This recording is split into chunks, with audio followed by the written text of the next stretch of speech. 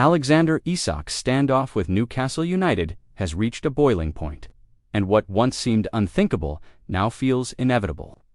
The Swedish striker has made his intentions clear.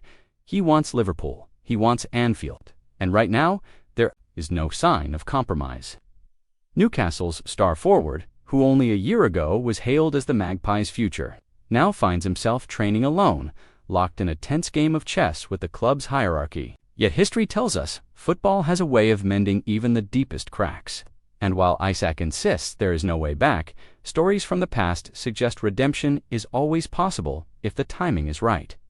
The case of Carlos Tevez lingers as a blueprint for what Isak might yet experience. 15 years ago, Tevez was cast as the villain at Manchester City after Roberto Mancini accused him of refusing to play in a Champions League tie. Headlines declared his career at the Etihad was finished, fans turned their backs, and the club fined him heavily, yet within months, Tevez swallowed his pride, apologized, and returned to lead City to their first league title in nearly half a century. Football has short memories when goals start flowing again, and if Isak were to stay at St. James Park, the Swede isn't budging.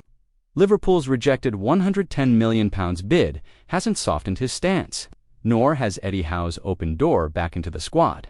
Instead, Isak took to social media to accuse Newcastle of breaking promises, words that cut deep given how adored he was by fans just months ago. That reconciliation looks distant. The timing of this saga couldn't be more dramatic. Newcastle open against the very team Isak wants to join. Arne Slot's reigning champions Liverpool, yet the Swede won't be anywhere near the pitch. Supporters can't help but imagine what could have been their number 9 leading the line in front of the Kop rather than sulking on the training ground back in Tyneside. It's a picture that stirs frustration, sadness, and even anger. Because Newcastle know they are losing not just a striker, but a symbol of their progress under new ownership. Eddie Howe, normally calm and measured, has broken character in recent days, sending a clear warning to the board. Newcastle cannot allow Isak to leave without a replacement. The Magpies already look threadbare in attack. Snatched by Liverpool, Benjamin Sesko, he's wearing Manchester United red. The options are shrinking by the day, and Howe's voice carries urgency when he says, "We can't go through the season without a recognized striker." He's right. Without Isak, the Magpies project risks stalling before it can truly take off. Behind the scenes, the Saudi-backed ownership knows the stakes.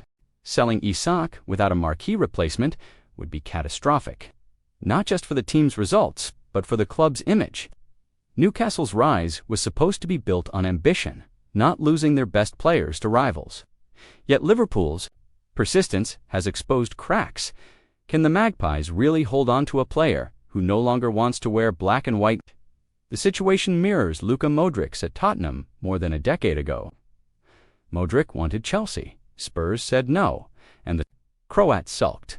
But he played out the season brilliantly before sealing a dream move to Real Madrid the following summer. Could Isak be forced into a similar outcome, stuck at Newcastle for one more year, giving everything on the pitch to preserve his value before eventually walking into Anfield in 2026? It's a scenario some believe is increasingly realistic, even if the player's heart is already elsewhere. Alan Shearer, Newcastle's greatest legend, isn't ready to rule out reconciliation either. On his podcast, he admitted that there's always a way back. He pointed to players like Modric and even to his own experiences, where strained relationships were patched up because football simply demands it. Fans may feel betrayed now, but one winning goal in front of the Gallagate end could flip the narrative instantly. Still, Shearer admitted the window closing is key. Once the clock runs out on September 1st, the reality sets in. Either Isak is gone or he's staying. And if he stays, there's no hiding place, he'll have to deliver. Whether he likes it or not, the dilemma is cruel for Eddie Howe. On one hand, he must plan for life without his star striker, preparing Anthony Gordon as a makeshift number 9 or trusting inexperienced talents like Will Osula on the other. He must leave the door ajar, just in case Isak is still a Newcastle player next week. Howe knows better than anyone that a half-committed striker is dangerous for dressing room harmony. But he also knows goals win games, and right now, Isak is the only proven goalscorer on their books. For Liverpool, this saga is almost too perfect. They know Isak wants them. They know Newcastle are under pressure. And they know the clock is ticking. A late bid, closer to £120 million, could yet force the Magpies into a corner. Slot is eager for a new forward to lead his attack. And Isak's pace, movement, and finishing ability make him the ideal fit. Liverpool's midfield has been rebuilt, their defense reinforced. What they crave now is a striker who can terrify defenses the way Luis Suarez once did.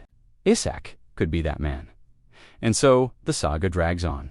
Every day brings a new twist. Isak's silence, Howe's warnings, whispers of replacements, rival clubs circling. For Newcastle fans, it feels like betrayal. For Liverpool fans, it feels like destiny, waiting to see if his gamble pays off. Because in football, nothing is final until the window closes. Tevez proved it. Modric proved it. Countless others have too. Today, Isak may insist there's no way back. But in a week's time, with no Liverpool move secured, he may have little choice but to pull that black and white shirt back over his head and face the music. That's the beauty and the curse of this game.